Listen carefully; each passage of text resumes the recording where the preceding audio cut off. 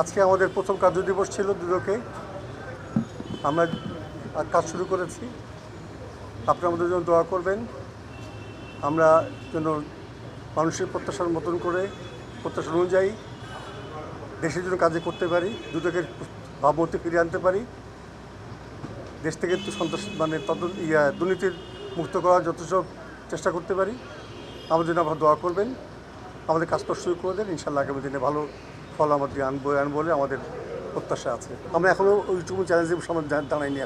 আমাদের সামনে এখনও ওইরকম কোনো ফাইল আসে নাই। আমরা বসছি, কেবল আসুক, আমরা যা করব আপনারা নিজেই দেখতে পারবেন। এসবগুলো ইন অ্যাডভান্স আমরা কথা বলতে চাই না। আমরা একটা কথা বললাম, কাজ করতে পারলাম না, তার পরবর্তী আপনারাই সমাধান ধরবেন। অর্থাৎ দয়া করে আমাদের সুযোগ করে দেন।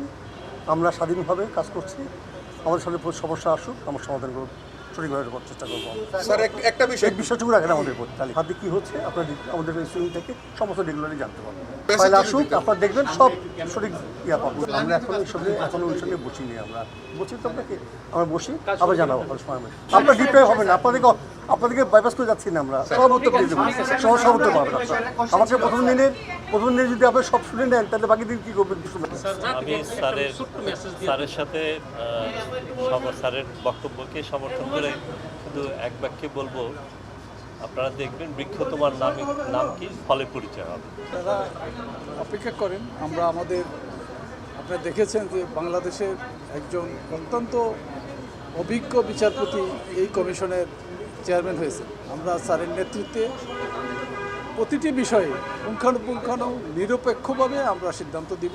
আবার আপনারা অতি অল্প সময়ে এই সকল বিষয়ে অগ্রগতি জানতে। জনগণের করণীয় কিছু নেই, জনগণের ওয়েট করা এবং দেখা আমরা কী করছি, দেখা রেজাল্ট দেখা।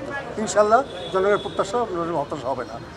আমরা এই 18 কোটি 20 কোটি মানুষের প্রত্যাশার সামনে রেখেই আমরা এখানে আসছি। আল্লাহ আমাদের সহায় হোক, আপনারা সহযোগ করবেন। Thank you.